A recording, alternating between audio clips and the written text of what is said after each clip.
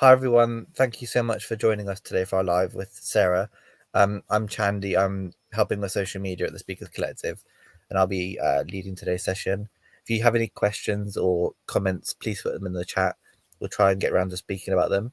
And also, please just share this with friends and with people you might know in your network that might find it helpful. Yesterday was World Suicide Prevention Day, so I'll ask John to put some details in the comments on LinkedIn about how you can get support if you need it. I'm joined today by Sarah. Sarah, how are you? I'm good. Good. I'm a bit cold. I don't know about you. It's suddenly got cold. Yeah, the sun's retreated and hidden behind all the clouds where I am. Yes, same here. And it's very windy. Yeah, it is. Um, so first of all, you remember the Speakers Collective. Can you talk a bit about your background and what drew you to be a member of the collective? Yeah, of course. So my background is fashion. So I'm a fashion designer, mental health activist, and public speaker. My brand is all about exploring social issues worldwide. Um, I create collections on specific social issue topics, and I interview people who have got a lived experience of these um, topics, and then I weave their experiences into the design details of the garments. And then I also work one to one with people as well, where I create pieces based off of their experiences too. So recently I created a dress for a woman where we weaved her bipolar condition into the garment. Um, and yeah, I'm also an activist as well, like I said. So I do a lot of like campaigning and activist work in mental health. I work part time for Mining Kingston, which is a local mental health charity. And my role is to work with champions who have a lived experience of mental ill health. And we work together to create anti stigma campaigns. We work with the local schools, the local universities, colleges, and also the local communities as well. We've done a lot of work with the Korean community in Kingston because they've got a really large population there. Um, and I was reflecting on my time at the Speakers Collective. I was reflecting on that earlier about when I started, when I joined, and I can't remember if it was at the end of 2019 or the beginning of 2020, but it's been a while. It's been like over 4 years. Um, and what drew me to them was, so I met John Salmon, which is who's the co-founder of Speakers Collective, along with Joe. I met him in 2019, so before COVID. And I met him before I even knew about the Speakers Collective. So I was part of his other project called What's Going On in Your Head. And I just really, really, really enjoyed that event. I went up on stage, I talked about my work, I talked about the garments, about how they've got meanings behind them on like mental health conditions. Um, and then I also met another guy called Steve Loft that night, who is also members of the Speakers Collective. And then they both basically told me about the collective, and I just thought it was a wonderful organization, like this whole group of speakers coming together to support each other, and share knowledge and learn from each other, and everyone's got lots of different kind of topics that they explore, different lived experiences, and I just thought it was like a really beautiful community, and I was like, I want to be part of that. And then a few months later, I then got part of it.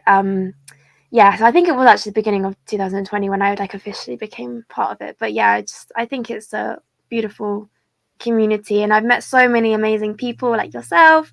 And yeah, some of it, like I'm actually working with one of the Speakers Collective members at the moment on a project with her for her work. I'm not sure how much I can say about it right now, but we'll definitely be able to talk about it more later. But yeah, lots of different opportunities that have come about basically, and I'm very grateful, and I've made a lot of friends as well. And I know you've got an event coming up, and we'll get onto that in a second.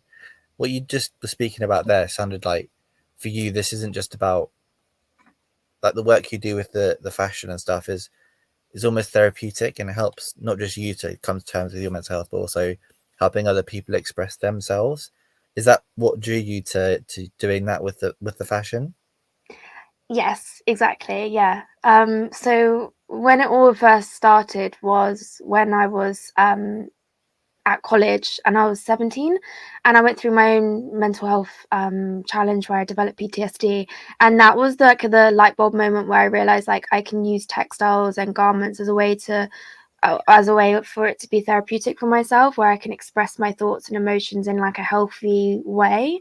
And at the time, I was doing like a lot of negative kind of coping mechanisms instead, like self-harming and doing drugs. So when I found this kind of coping mechanism, it was obviously way more healthier, and I got this similar kind of, the dopamine and the serotonin. So that was kind of the big groundbreaking moment for me where I realized like, yeah, this is something that I can do as a way of therapy for myself. Mm. And then I just really like clung on to that, and I just ran with it. And then I think it was like when I was at university, I was working on my graduate collection. That's when I realized that I could start weaving in people's experiences into the garments. So my first collection on mental health was my graduate collection in 2017. And that's when I started interviewing people who've got lived experience. And I realized that, yeah, I can merge the two together in a really beautiful way. And then naturally, it's just kind of organically developed into like working one-to-one with people to help them kind of in a therapeutic way, in a way where like, the person can reflect on their own experiences. So for example, with the garment I mentioned earlier, where we wove her bipolar in, when I'm like working one to one with someone, they have to take time to like kind of reflect on where they've come from, like where they are now and where they were. And that can be cathartic in itself, a real cathartic experience of like reflecting on how far you've come, and then also sharing parts of their story with me as well is also cathartic. So there is like a unique way of like healing through that, I believe, and Mm. I've seen it as well with the people that I've worked with. And so the event you've got coming up, do you want to talk about that and what your hopes are for the event? Yeah, so I'm really excited about this event. So it's on this Sunday at 5 p.m. It's for 2 hours. It's in the centre of London, so Soho at St Anne's Church. It's part of London Fashion Week Citywide celebration. And it's basically an evening where we bring together the two worlds of mental health and fashion. So there's going to be three speakers talking about how they incorporate mental health and fashion together. I'm one of them, and then there's two other speakers called Russell and Laura, and we all help each other in a unique way, but we all bring in similar elements of fashion, styling, accessories, but ultimately it's all in a unique way. And so I really wanted to kind of bring together these different people to share knowledge, and to just kind of bring the message about, different things work for different people, the way that we can heal our experiences, or the way that we can help boost our confidence or our self-esteem. It can be in lots of different mediums and formats. It's not just one way of doing things. So I really that was the reason why I really wanted to bring all the speakers together. And then also there's going to be an interactive exhibition as well after the talks. I'm going to be launching a sneak peek preview of my new collection, which is coming out at the end of the year on mental health stigma. So I'm going to be, yeah, giving a little bit of a sneak preview, which is super exciting. And there's also going to be an art installation on mental health stigma, and all the mental health stigma stuff has been in collaboration with Noir's Fashions as well. And then also we've got like a interactive embroidery demonstration happening as well with Beth. So there's lots of different elements to it, which I think is really, really exciting. You've got the talks, you've got the exhibition, and then you've also got the interactive element where I want to be interactive with the audience to kind of open up those conversations and, yeah, just have discussions about mental health. One thing I'm picking up on when you speak is that this is almost it's the most inclusive way of talking about mental health, because sometimes verbalizing or sharing how we feel is quite challenging, but this is providing a different way of looking at the situation. Is that kind of what your hopes are for it? Yeah, exactly. Yeah, I think so. Yeah, definitely. I completely agree with you. Because yeah, like you said, I mean, there are lots of different ways that we can talk about mental health, and yeah, verbally doesn't always have to be. That's not the only way. Yeah. So, and I understand. Like, I get it. Like, it is a difficult topic to talk about. You know, it's very personal. It's very sensitive. You know, some people are scared to talk about how they're feeling, and I understand. You know, there's a lot of stigma. There's a lot of preconceived judgments out there, and so having different mediums to kind of talk about it, I think is really powerful. I mean, a lot of my work with the garments is metaphors. So with the design details of like maybe a pleat or a pocket, there's a metaphor for how it links with the mental health condition, for example. And I've noticed like over the years, and I think it will be the same for this event, is that like people talk about, they can relate to that metaphor in some way, whether it's personally or someone that they know, you know, close to them. And then oftentimes they kind of then develop that metaphor even more. And so they're understanding, they're like connecting with that in a more personal and deeper way, I believe, than just kind of reading some statistics or reading some definitions of a condition. Um, so yeah, yeah, I agree with what you said.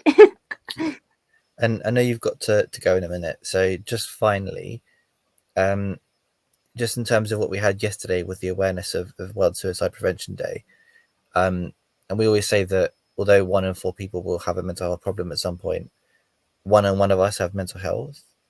What for Mm. you is important to look after your own mental health and well-being? What for me personally? Yeah. So how do you look after yourself? So I've got a few different ways. Um, so one of them is sewing. It is a really cathartic experience for me. You know, like I said earlier, like it's a way for me to release the buildup of thoughts and emotions and feelings. And then also like I also go into like a meditative state when I'm sewing as well. So I'm really focused on what's going on in front of me, and then I'm like not worrying about any of my thoughts or like emotions that are kind of happening in my head, for example, or maybe a situation that's happened recently in my life.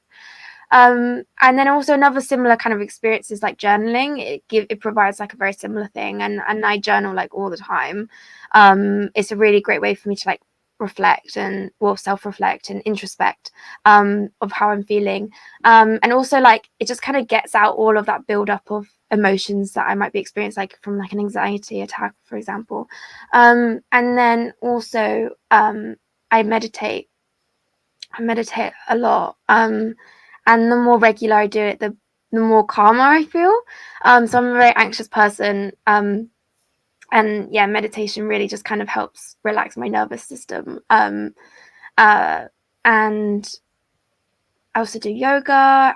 I walk outside in nature. I find that really healing. And then I also do go into therapy as well. So I've got like lots of different tools that I can kind of like go to depending on maybe what's happened or where I'm at, for example. And I think that's important to have like a few different things that you know you can kind of like go to, like your little like toolbox that you've got, where you can just open it up and like reach into something that works for you in that moment. Um, yeah. What about you? I think a lot of what you said, that I like going for a walk, although the weather's not been great at the moment. I think, as you say, like it's good to have different things to kind of like, so that on some days when you're feeling probably a little bit better than you were the day before, you can use something else to help you to cope and manage with kind of Mm. like any challenges you encounter. Um, Thank you so much for speaking with me today.